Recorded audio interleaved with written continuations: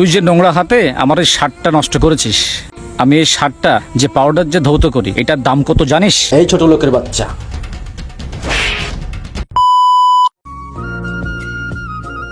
কাকা এক packet biscuit দেন তো। এই ফোনটা রাখো তো। এই ছোট লোকের বাচ্চা,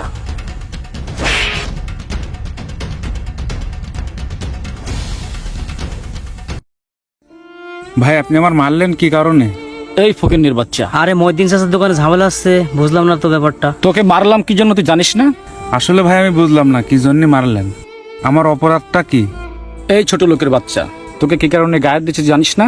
তুই যখন আসছিস আমি যেখানে দাঁড়ায় আছি, এটা কি দেখছিস? তুই যে নোংরা হাতে আমার এই শার্টটা নষ্ট করেছিস। আমি এই শার্টটা যে পাউডার যে ধৌত করি, এটার দাম কত জানিস? আমি যে পারফিউমটা ইউজ করি, এটার দাম কত জানিস?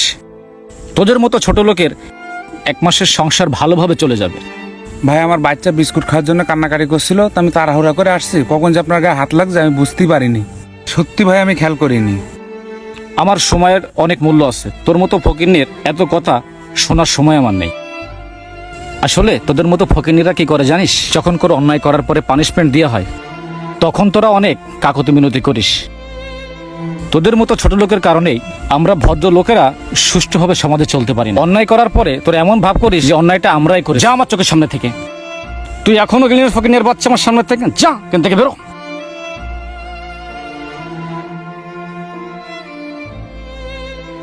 আমি তখন থেকে দেখছি আপনাদের ব্যাপারটা, আমি না এসে পারলাম না। আপনাকে দেখে মনে হয় ভদ্রলোক, কিন্তু আপনার আচার ব্যবহারগুলো একদম অভদ্রের মতন। আরে তুই কে? তুই আমাকে উপদেশ দিতে আসছিস এখানে? ভাই আমি একজন সাধারণ লোক, কিন্তু আপনার আচার ব্যবহারগুলো দেখে না এসে পারলাম না। এই লোকটার সাথে এত খারাপ ব্যবহার করছেন। ভাই আপনার অনেক টাকা পয়সা থাকতে পারে এবং কি গাড়ি বাড়িও থাকতে পারে, কিন্তু আপনার মন মানসিকতা অনেক ছোট। কারণ মানুষের পরিচয় কিন্তু তার আচার ব্যবহারে, সেই মন মানসিকতা আপনার নেই। ভাই আপনার বিস্কুটটা দেন তো আপনি। কাকা আমার বিস্কুটটা দেন, আর এই নেন টাকা। ভাই এসব মানুষকে বুঝে কোনো লাভ নেই, কারণ এদের টাকা পয়সা আছে, মনে অহংকার ভরা। এরা গরিব মানুষকে মানুষই মনে করে না, যদি মানুষই মনে করতো তাহলে খারাপ ব্যবহার করতে পারতো না। চলেন যাই।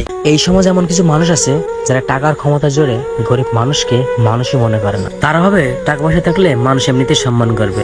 যদি তাই হইতো ৬০০০ টাকার বেতনে মসজিদে ইমাম সাহেবকে মানুষ সম্মানই করতো না। আরে ভালোবাসা সম্মান পেতে টাকা লাগে না, আপনি মানুষকে ভালোবাসা সম্মান দিন, মানুষ এমনি আপনাকে সম্মান ভালোবাসা দিবে।